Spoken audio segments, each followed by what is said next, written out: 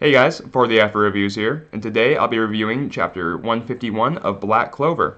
So this chapter starts out with the Rill possessed person with their giant worm, dragon, hydra. I'm not sure what to call it. It's an epic giant creature that is created from magic. But apparently the person that's possessing Rill is named Rilla. Go figure, really close names.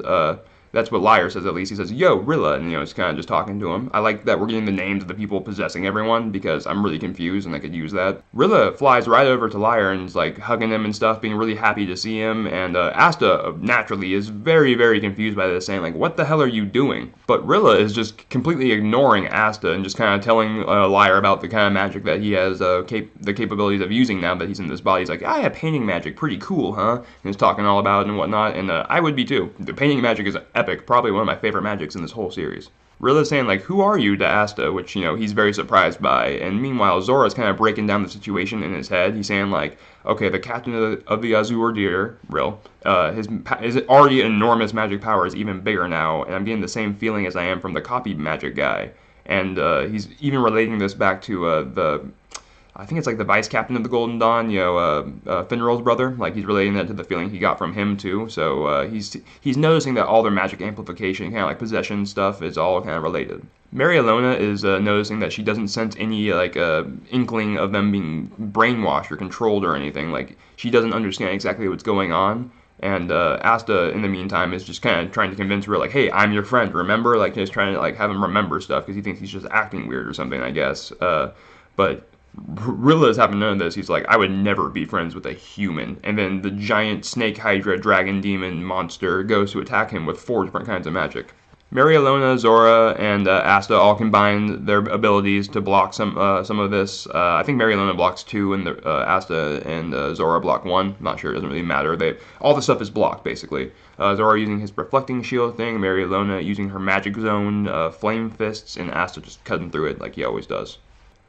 Zora, being very logical, says, "Hey, Asta, hit them with your anti-magic sword. They're being controlled by magic, so, hitting them with your anti-magic sword should, cancel that out." And Asta's just kind of like, "Oh, right, duh." Zora then reveals that this entire time that this fight's been going on, he hasn't been sitting around doing nothing. He's been setting up trap magic, which we know takes time, so I like that he wasn't just doing nothing, because that's kind of what I thought he was doing, nothing. It's nice to see his more intelligent and strategy-based fighting style is being consistently implemented. All the magic circles that Zora drew makes it really hard to see, and Rilla and Liar are like, "Hey, that's not going to work on us. We can sense your magic clear as day." And then that's when he's like, "Oh, unlucky for you, like we got someone with no magic." And they can't sense Asta. Asta comes through looking really epic, like he is cloaked in his demon form, his anti-magic, demon wing and whatnot, and he's like lunging forward, and it's a really cool looking panel. In this form, we already know Asta hones in on the biggest sense of magic. I'm not sure if he can control it any more than that now, but he kind of like swoops around through all the magic, which is cool. Like he kills the Hydra and like all of Liar's attacks and whatnot, and he goes right in for Rilla. And he scrapes, just barely, because Rilla uses some kind of weird harpy painting thing. I think we've seen Rill actually draw that himself, but it pulls him back. So it just scrapes him, but it doesn't work. The curse isn't broken, the possession is still there, and everyone's pretty baffled. I was included. I was like, okay, Asta's going to have to one by one free all these people. That's how this is going to go, right? But no, apparently it's like reincarnation magic special or something, or maybe it's like so deep into every cell or fiber of their being or something. I don't know. There has to be some kind of reasoning or explanation for why Asta's magic sword can't do this. Liar basically states that these bodies belong to us now, and he's like being really evil about it. And this is when 3 more elf-possessed magic knights just bust through. I don't remember exactly what all of them use. I don't really want to go and check, but there's 3 more now. Now they're outnumbered 5-3, and on top of that, later it's 5-1. Zora, again being the voice of reason, is saying that they need to retreat for now. They're outnumbered, outclassed, and it's not like they could kill their friends even if they could fight back against them at full power. So it's like he doesn't know what to do right now. Basically, they need to go and formulate a plan. And Asta actually agrees. I thought he'd be really headstrong and say, "No, I'm staying," but he's like, "No, you're right, you bastard."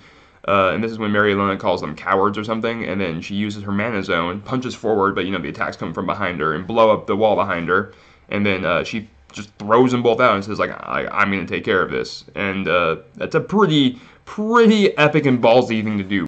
Liar's basically commending her for like, oh, you're gonna, send them off and hold us off so that they can live. Oh, like that's very, very nice of you. But Mary Ilona has no intention of such thing. She's like, no, I'm gonna kill all of you, like one by one. I'm gonna murder all of you.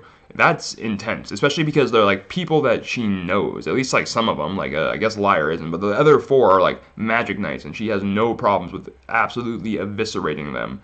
This kind of goes to what she was saying earlier, how like Asta wanted to like understand people and have us walk down a different path, and Mary Lona was on the other hand saying like, no, like that's not going to work. We need to kill them, annihilate them, because they're not going to stop otherwise. So I thought it was an okay chapter. I liked seeing that giant Hydra Dragon Demon Worm thing. I really liked just saying random adjectives to describe it too.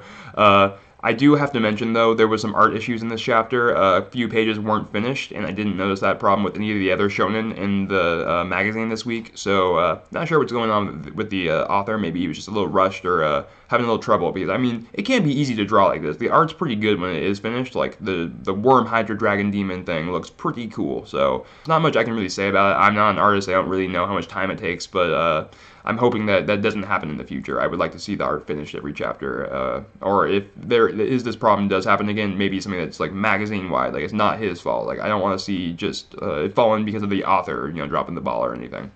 Anyway, guys, that's pretty much it for me. Like, comment, subscribe if you enjoyed the video and you're still around. And please share the video. I'm trying to get to 100 subs as soon as I can, just because that's a much better number to have. So, yeah, you can help me out there. That'd be greatly appreciated. If not, then, whatever. Do you. Yeah, until next time, guys. See ya.